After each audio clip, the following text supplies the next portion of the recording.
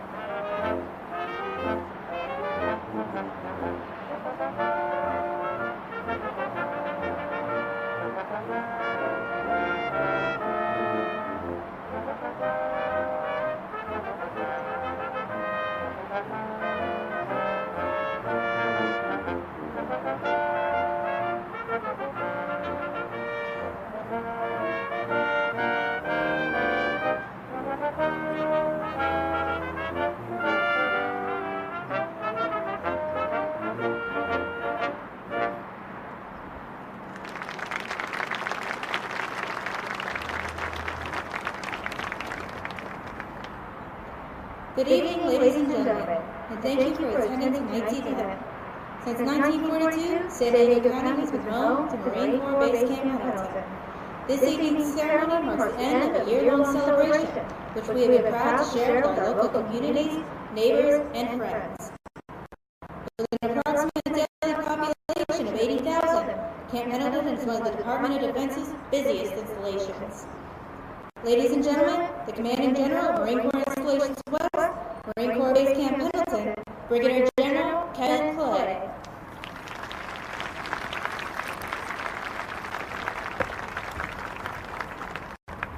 Well, good evening, everybody. My wife, Kathy, and I would like to welcome you to a very special edition of Evening Colors. You turn that off? Okay, got a little feedback here. This is a night, it's an event where we can get together as a community, reflect on this great nation as the flag that represents it is lowered, folded, and retired. So more on the flag later. First, I want to recognize some special guests that are here tonight. I'm trying to fit my glasses under this cover. I'm extremely thankful that we have a number of general officers, most with their spouses here tonight, both active duty and retired. To all of you, that's as specific as I'm going to get because I've got a lot to cover tonight, except for you, General Davis. It's always an honor to have you in our presence, former ACMAC. General Davis was mentioning to me earlier tonight that he first stepped foot on Camp Pendleton 72 years ago in 1945.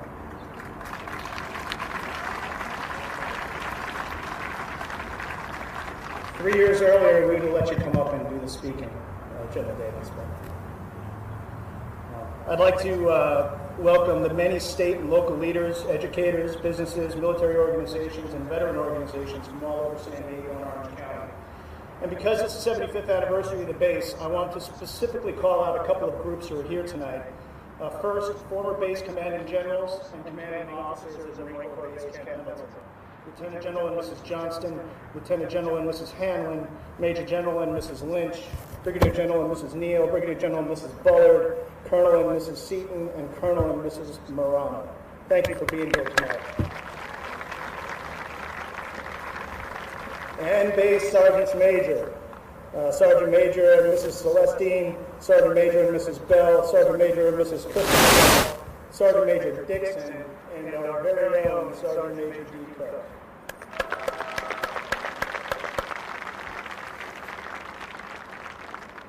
We also have some very special guests here tonight from both Pendleton and the Fagan families. And I'm going to write over their names because I'm really touched and honored that they're here tonight. Mrs. Penny Brown, Mrs. David Brown, Mrs. Eddie Pendleton, Mrs. Paul Pendleton, Mrs. Davis Sangalo, Mrs. Celeste Vogel, and General Fagan's Lieutenant Colonel Joseph Fagan is with us tonight, as well as Mrs. Ann Fagan in Waldrop. Thank you very much for being here tonight. More on those famous Marines in a minute. Lastly, I'd like to thank the 1st Marine Division Band and the Color Guard at Headquarters Support Battalion. We'll see you shortly. So in August of this year, during his presidential address on Afghanistan, President Trump spoke to all Americans about the country's military service members. He said, quote, "Since the founding of our republic, our country has produced a special class of hero whose selflessness, courage, and resolve is unmatched in human history. These American patriots have given their last breath on the battlefield for our nation and for our freedom." End quote. Of course, Camp Pendleton is part of that war. On September 25, 1942, President Franklin Delano Roosevelt dedicated this base so that the Marine Corps could produce that special class of hero that the President talked about. It was the culmination of Major General Uncle Joe Pendleton's vision of a West Coast Marine amphibious training base. He started to envision that as far back as 1914. But the first Marines on this base marched up from Camp Elliott, modern-day Miramar, in August of 1942. 9th Marines, reinforced under the charge of Colonel Lemuel Shepard, were met by the 1st Base Commander, Major General Joseph Fagan. It's reported that General Reagan talked to or lectured the Marines on the importance of the mission at hand, but also on the history of the land and the importance of preserving its heritage, something that we hold very dear to this day here in Camp Pendleton. I can only hope that Generals Pendleton and Reagan are looking down on us tonight with big smiles, because I think the Marine Corps has lived up to their expectations here at Camp Pendleton. Since that day in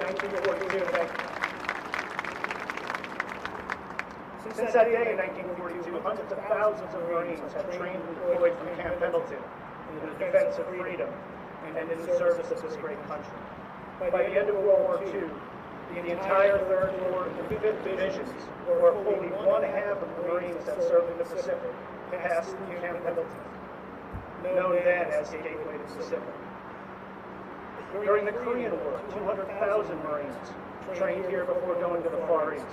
Troops from the 5th Marine Division at the time were the first to be trained and shipped out in the days of General MacArthur's call for a Marine regimental combat team in 1950. During Vietnam, Camp Pendleton once again became a springboard for troops flowing to the Far East. Each month, 6,000 to 8,000 Marines trained for duty. In the 1st Marine Division, recruits trained intensively for 2 full weeks before going overseas. Yes, just 2 full weeks before going overseas in most cases. Since Vietnam, Marines stationed at Camp Pendleton have served in the countries of Grenada, Panama, Somalia, Bosnia, and Haiti, to name just a few. Today, 1st Marine Expeditionary Force is 50,000 plus strong, spanning multiple bases across the region. Along with 29 Palms, Camp Pendleton is the heart of Marine Air and Ground Task Force training, and the only place where Marines can execute live-fire operations from the sea that you see behind us to the shore of the canyons and mountaintops that are behind you on this great base. As we gather here tonight, the MEF has over 6,000 personnel deployed to every geographic command around the globe in 29 countries, and that, of course, includes Afghanistan, Iraq, and Syria, where serving in harm's way is an understatement. The takeaway for our non-military members here tonight is that the Marine Corps couldn't do any of this without the support of you, and especially the local communities surrounding this base. It's a lot more than putting up with us. It's also taking care of us.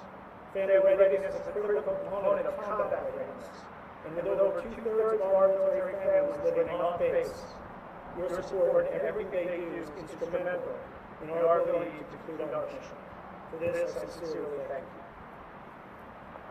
So let me change gears a bit for a second and talk about the flag, because after all, that's why we're here tonight.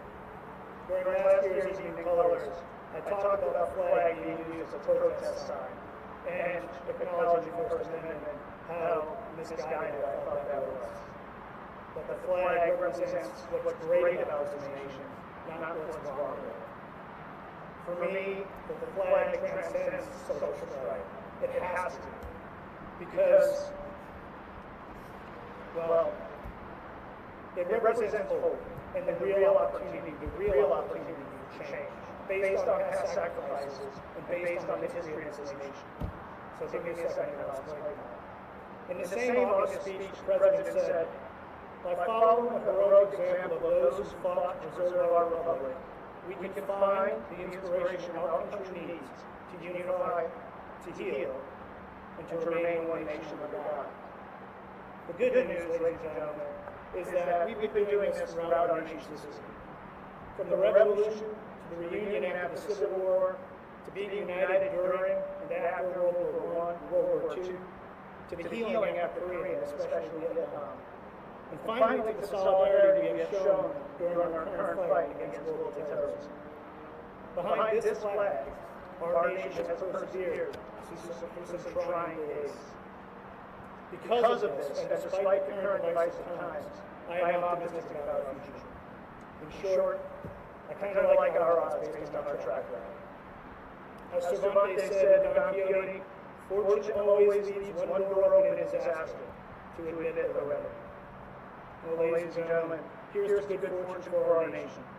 Thank you for coming tonight. God bless you all. God bless the Marine Corps. And God bless the United States of America.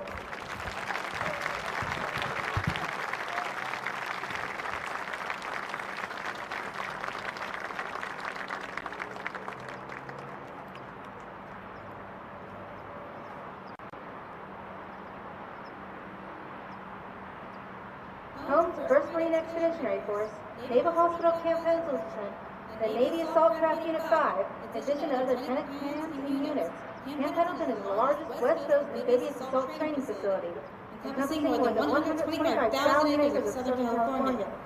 Camp Pendleton, 17.5 miles of shoreline and mountainous terrain, support a variety of military training for our operating forces, as well as national, state, and local agencies. Camp Pendleton provides integral training and support necessary to sustain America's expeditionary force in readiness.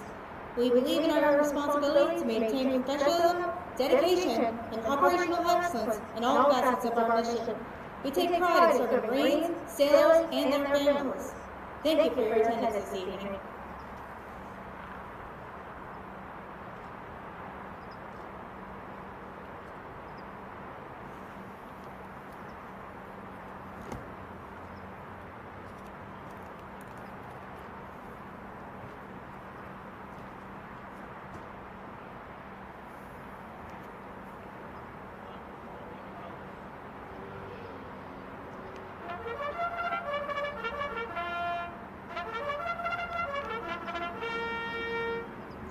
A message from the Chairman of the Joint Chiefs of Staff. I am honored to recognize the 75th anniversary of Camp Pendleton.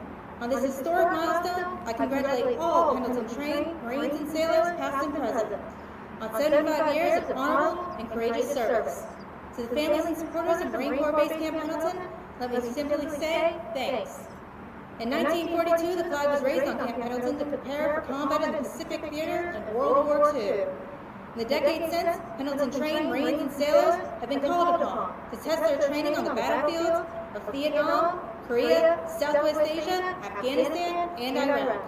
We will continue to rely on your confidence and courage in the challenges of tomorrow. You can be confident that the work ahead will be as vital to the nation and as anything in Camp Pendleton's rich history. As you shape the nation's colors tonight, I hope you will take a moment to reflect not only on the history, traditions, and memories of Camp Pendleton, but also on the values instilled in all of us in this place. From someone who is honored to be counted among the many who are Pendleton trained, I could not be more proud of what you have done and what you will do for our nation.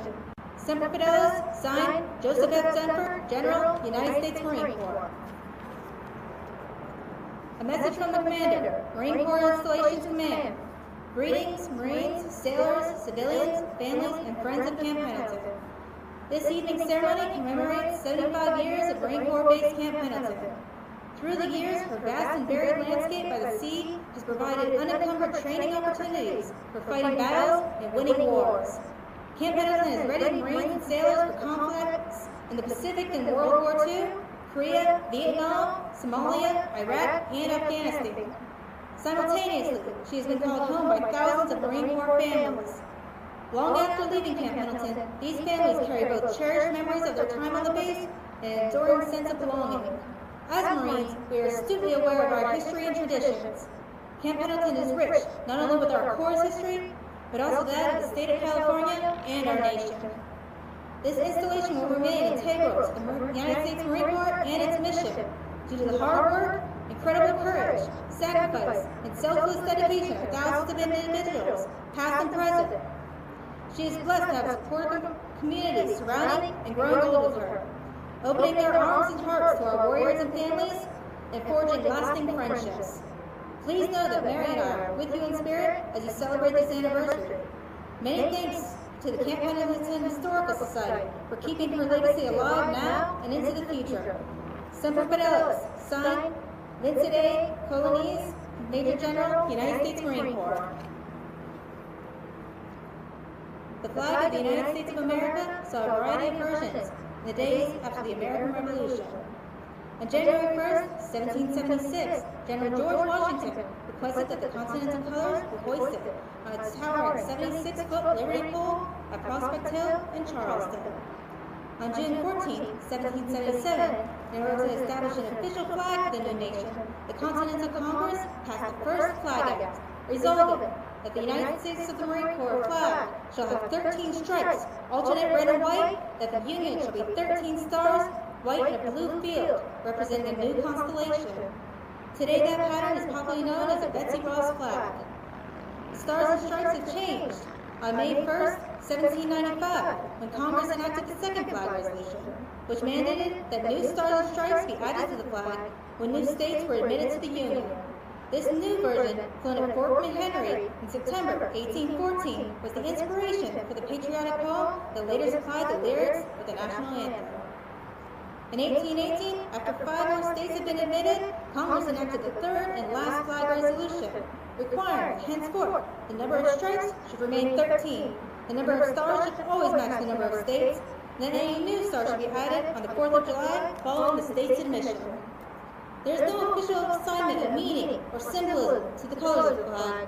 However, Charles Thompson, Secretary of the Continental Congress, in describing the proposed Great Seal of the United States, suggested the following symbolism. White signifies purity and innocence. Red, hardiness and valor. And blue signifies vigilance, perseverance, and justice.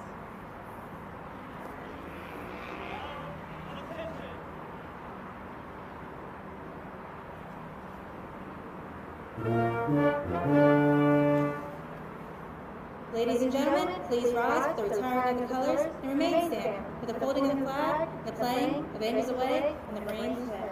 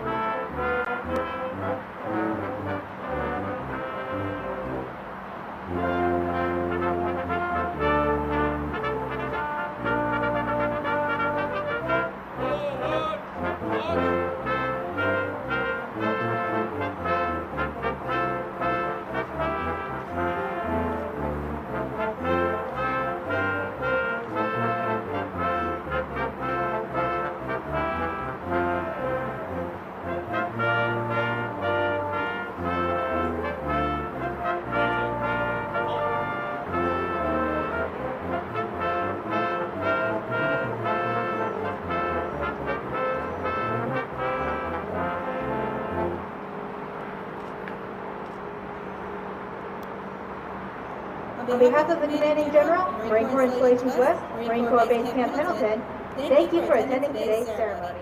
You are cordially invited to join the Commanding General and Miss Calais for a reception in the Del Mar room. This concludes today's ceremony.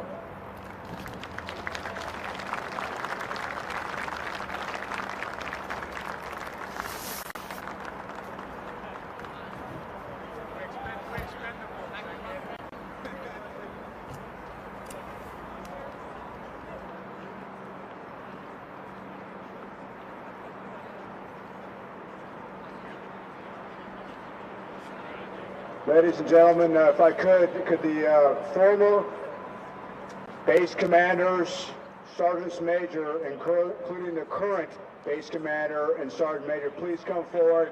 I think we need to take a group photo. We're off.